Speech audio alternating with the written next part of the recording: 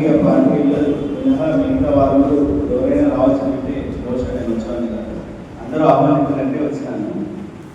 ఇక్కడ నేను మా వయసు చిన్నది, నా అనుభవం చిన్నది అయినప్పటికీ ఒక విషయం నా అనుభవం ప్రకారం చెప్తున్నాను. ఏ అధికారి కూడా పొలిటికల్ ఇన్ఫ్లుయెన్స్ లేనిదే ఏమీ చేయలేదు. ఇప్పుడు గల్లీలో కార్పొరేటర్ కాడ నుంచి, సిటీ లెవెల్లో మేయర్ కాడ నుంచి, ఎమ్మెల్యేల కాడ నుంచి పార్టీలో కుదిరేట్లు చెప్తున్నాను.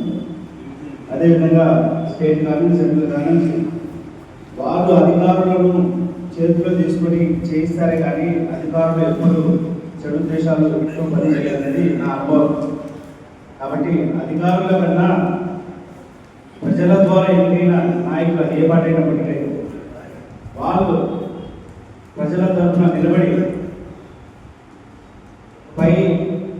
పై నుంచి కానీ ఒక పార్టీ వాళ్ళంటే అధికారంలో వాళ్ళు స్వయంగా పై నుంచి నిధులు తెప్పించి, లేదా వాళ్ళ పార్టీ లేకపోతే ఆ పార్టీ ఏ పార్టీతో అధికారంలో ఉందో వాళ్ళతో ప్రశ్నించి అధికారులకు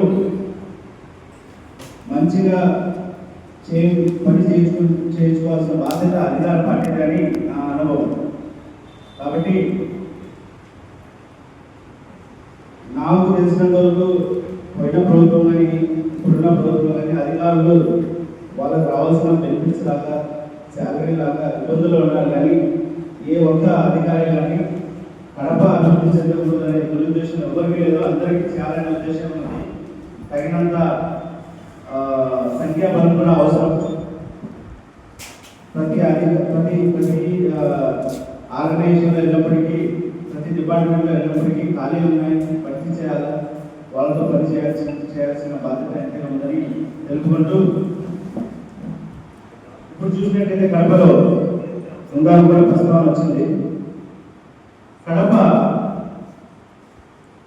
కేవలం పన్నుల కోసమే కార్పొరేషన్గా మారిందా అనే క్వశ్చన్, అనే ప్రశ్న ప్రతి ఒక్కరి మనసులో